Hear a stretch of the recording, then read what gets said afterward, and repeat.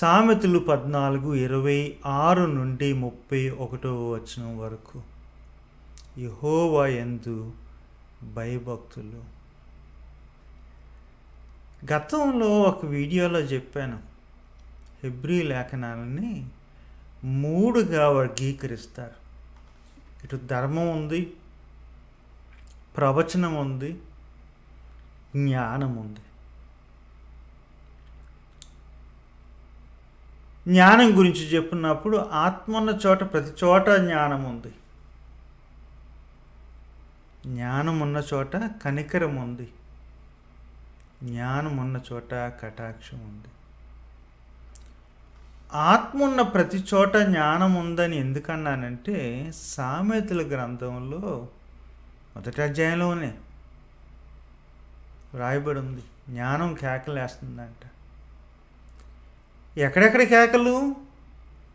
వీధుల్లో, సంత వీధుల్లో, సందడి గల స్థలములలో అంటే మాల్స్లో, పురద్వారాల దగ్గర జ్ఞానం రండి నేర్చుకోండి, రండి నేర్చుకోండి అంటుంది. మరి ఎందుకు మనం నేర్చుకోవడం లేదు? ఎందుకు వారు నేర్చుకోలేదు? గుర్తించే మనసు లేదు, వినే చెవులు లేవు, చూచే కళ్ళు లేవు.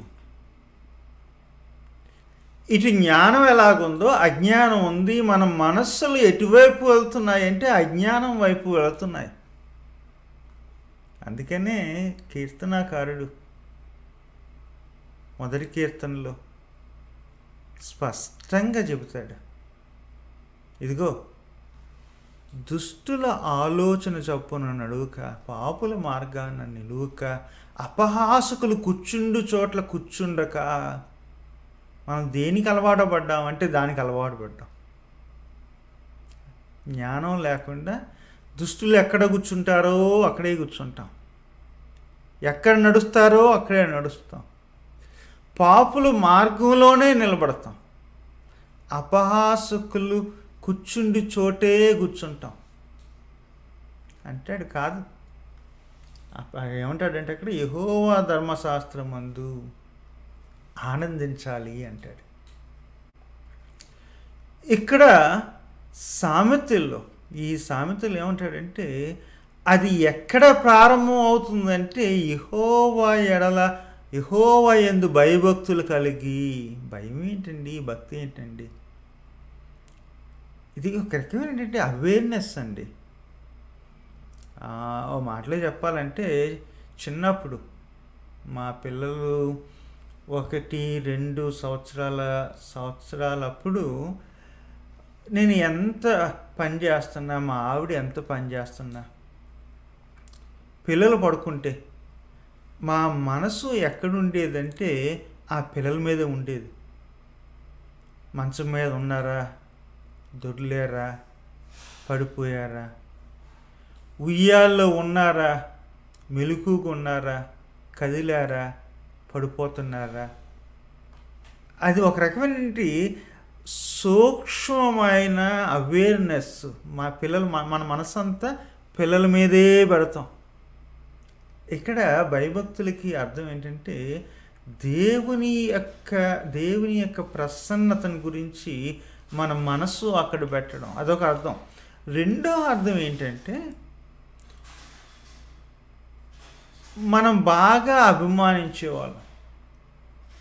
లేకపోతే మన పిల్లలే ఒక్కోసారి వాళ్ళని చూసినప్పుడు మనకి ఏం కలుగుతుంది అంటే విస్మయం కలుగుతుంది. మా వాళ్ళు లెక్కలు చేస్తుంటాడు, లెక్కలు చేస్తుంటే నాకే ఆశ్చర్యం వేస్తుంది, ఇలా ఎంత ఈజీగా చేయొచ్చా అని చెప్పేసి. మా అమ్మాయి బొమ్మలు గీస్తుంది, చూసినప్పుడు వావ్ అని అనిపించేలా గీస్తుంది.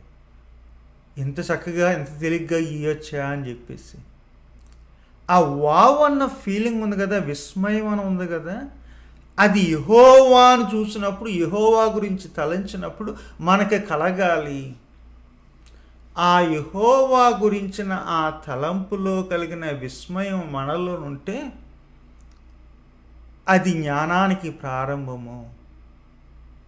యెహోవా ఇక్కడే ఉన్నాడు, యెహోవా నాతోనే ఉన్నాడు, యెహోవా నాలోనే ఉన్నాడు, యెహోవా నా ఎదుటిన్న వాళ్ళలో ఉన్నాడు.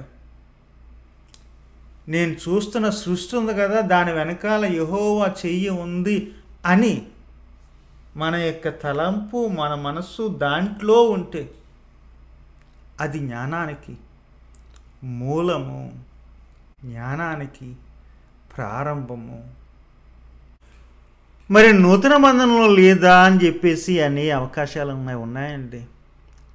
యేసయ్య యొక్క బోధలు విన్నప్పుడు అది జ్ఞానం, వినబడే జ్ఞానం. శరీరంలో జ్ఞానం అంటూ ఉంటే ఎలా ఉంటుందంటే యేసయ్యలా ఉంటుంది. మనకు కనబడిన వినబడిన జ్ఞానం యేసయ్య. ఈ జ్ఞానం గురించి యాకోబు మరల రాస్తాడు, అడగండి ఇవ్వబడుతుంది. కావాలని అడగాలి, దాని అంతటా అది రాదు. కోరాలి, ప్రార్థించాలి, అది మనకి ఇవ్వబడుతుంది. ఇందా చెప్పాను కదా, జ్ఞానం కటాక్షానికి, కనికరానికి మూలం. దాని గురించి పోయిన వారం చేసిన ప్రసంగంలో మనం విన్నాం. జ్ఞాని ఎవరు? రాహాబు. కాబట్టే తాను తన కుటుంబాన్నే కాదు, వచ్చిన ఆ యొక్క గెస్ట్లు ఉన్నారు కదా, ఆ ఇద్దరు గెస్ట్లు, వాళ్ళిద్దరిని కాపాడింది. దేవుని యొక్క చిత్తాన్ని, వాగ్దానాన్ని నిజం చేసింది. ముందు చూపు, జ్ఞానం, అది ఆతిథ్యంలో కనబడింది. దీని గురించి ఇక్కడ 26, 27 వచనాల్లో కనబడుతుంది. యెహోవా యందు భయభక్తులు ఉంటే దాని ద్వారా కలిగే లాభాలు ఏంటి అంటాడు. ఒకటి, బహుధైర్యము. ఇక దేనికి భయపడిన అవసరం లేదు, బెదిరిబెదిగా జీవించవసరం లేదు, ధైర్యంగా ఉండొచ్చు. 2, మనకే కాదు మన పిల్లలకి దీనివల్ల లాభం ఉంది. ఏమంటాడంటే అది మీ పిల్లలకు ఆశ్రయ స్థానము అంటాడు. ఒకసారి మనం ఏం చేస్తామంటే తెలివి లేకుండా పిల్లల కొరకు అది దాసి ఇది దాసి, అది పక్కన పెట్టి ఇది పక్కన పెట్టి, ఆ మోసం చేసి ఈ మోసం చేసి, వాళ్ళని దోచి వీళ్ళని దోచి ఏదేదో దాచేద్దాం అనుకుంటాం. ఇన్సూరెన్స్లు, సేవింగ్స్. మాట చెప్పంటారా? పిల్లలకి యెహోవా యందు భయభక్తులు నేర్పిస్తే దానికి మించిన ఆశ్రయ స్థానము లేదు. మన పిల్లలు ఉన్నారు కదా, పిల్లల గురించి మనం ఎక్కువ ఆలోచించిన అవసరం లేదు. ఎప్పుడు యెహోవా ఎడల భయభక్తులు మనం నేర్పించినప్పుడు. 3వ లాభం ఏంటి అంటాడు? యెహోవా యందు గల భయభక్తులు జీవానికి ఊట అంటాడు. జీవం పుడుతూ ఉంటుంది ఆ భయభక్తుల నుండి. 4, మరణ పాశములలో నుండి. ప్లూరల్, ఒకటి కాదు. మనకి మరణపాశాలు ఎప్పుడు మనతో వెంటాడుతూనే ఉన్నాయి, దాని నుండి విడుదల అంటాడు. 4 లాభాలు. యెహోవా యందు భయభక్తులు కలిగి ఉంటాం. ధైర్యం, పిల్లలకి ఆశ్రయ స్థలము. 3, జీవపు ఊట. 4, మరణ పాశములలో నుండి విడుదల అని చెప్పి ఈ యెహోవా వల్ల వచ్చిన ఈ యొక్క యెహోవా నుండి వచ్చిన జ్ఞానం ఉంది కదా, జ్ఞానం ఉన్న చోట జనసమృద్ధి ఉంటుంది అంటాడు. జనసమృద్ధి ఏంటండి? పాపులేషనా? కాదు. గమనించండి, రాజ్యాల గురించి, రాజుల గురించి ఇక్కడ మాట్లాడుతున్నాడు, కానీ ఇక్కడ ఆ గుంపు గురించిన ఉద్దేశం ఉంది. దాని గురించి క్లియర్గా చెప్తాను, జాగ్రత్తగా వినండి. జనసమృద్ధి అంటే ఏంటంటే, ఒక్కోసారి మనం రాజ్యాన్ని, గుంపుల్ని ఎలా చూస్తామంటే, ఏ దేశానికి ఎక్కువ మంది జనాభా ఉన్నారో అందులో మన దేశం ఫస్ట్ వస్తుందిలేండి. ఒకప్పుడు చైనా ఉండేది, ఇప్పుడు మన దేశం ఫస్ట్ వచ్చింది. కొన్ని చోట్ల ఏం చేస్తామంటే టెక్నాలజీ, ఎక్కడ సాంకేతికంగా కొన్ని దేశాలు ముందున్నాయి, దాన్ని బట్టి మనము వాటిని ర్యాంక్ చేస్తాం. కొన్ని చోట్ల ఏంటంటే ఆ జీడిపిని బట్టి పెర్ క్యాపిటా అర్థశాస్త్ర ప్రకారము ఏ ఏ దేశాల్లో ప్రతి మనిషికి ఎక్కువ ఆదాయం ఉందో అది లెక్కెట్టి మనము చూస్తుంటాం. ఇంకొకసారి తేలిగ్గా ఏం చేస్తామంటే ఒలింపిక్స్లో ఎవరికి ఎక్కువ మెడల్స్ వచ్చినాయో అని చెప్పేసి చూస్తుంటాం. కొన్నిసార్లు ఏంటంటే ఏ దేశంలో అయితే ఆరోగ్యం అందుబాటులో ఉందని చూస్తాము. కొన్ని చోట్ల ఏం చేస్తామంటే మనిషిగా పూర్తి స్వేచ్ఛగా పెరిగే అవకాశాలు ఏ దేశంలో ఉన్నాయి, ఏ గుంపులో ఉన్నాయి అని చెప్పి. ఇక్కడ జనసమృద్ధి అంటే అర్థం ఏంటి? సాంగత్య ప్రశాంతత, కలిసి ఉండడం, కలిసి ఉండగలను. భక్తుడు రాస్తున్నాడు, సంఘాలు ఎదుగుతున్నాయి, సంఖ్యలు పెరుగుతున్నాయి, సాంగత్య ప్రశాంతత లేకుండా పోతుంది అని చెప్పి మాసామణి గారు అంటుంటారు. ఈ రోజుల్లో ఆ పాట రాస్తే ఏమంటారంటే ఇప్పుడు సాంగత్యతే లేదు, మన సంఘాల్లో సంతలైపోయినాయి. 10,000 మంది, 20,000 మంది, 30,000 మంది ఆదివారం రావడం వెళ్ళడం. మాల్ కల్చర్, సంత సంస్కృతి అయిపోయింది. ఎవరు ఎవరికి ఆశీర్వాదకరం కాదు, ఎవరు వీరికి ఆశీర్వాదకరం కాదు, వీరు ఎవరికి ఆశీర్వాదకరం కాదు.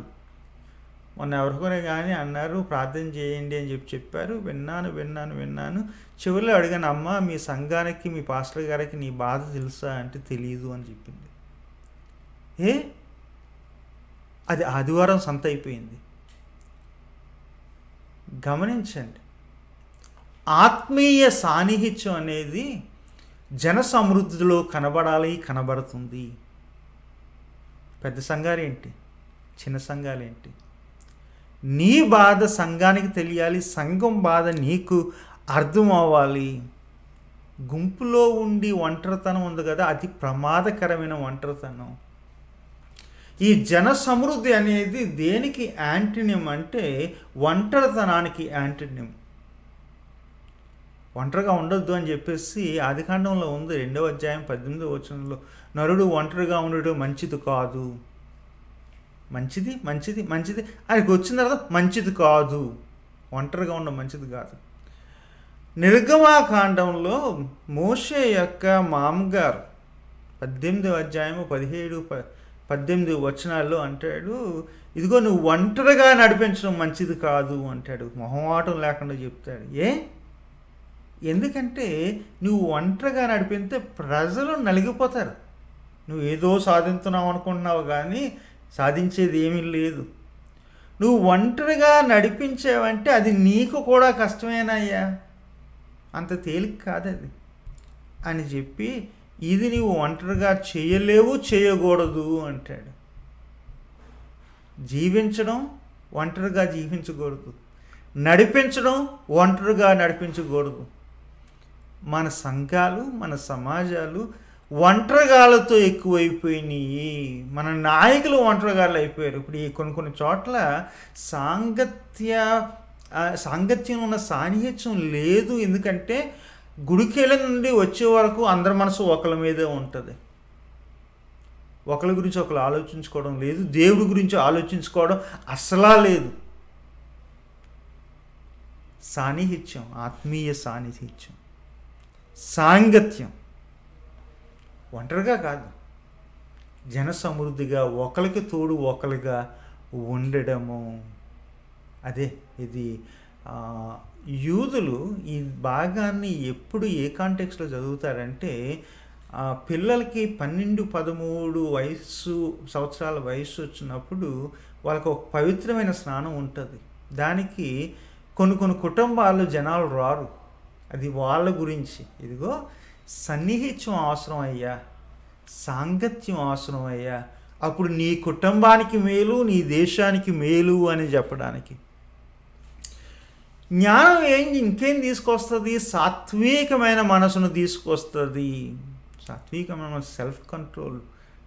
నాకు ఎవరో రెచ్చగొడుతుంటే కోపం వస్తుంది, కానీ ఆ కోపాన్ని అదుపులో పెట్టుకోవడం, దానికి మించిన శక్తి లేదు. ఒకసారి నేను రుజువు చేస్తాను, నా బలానంతా చూపిస్తాను.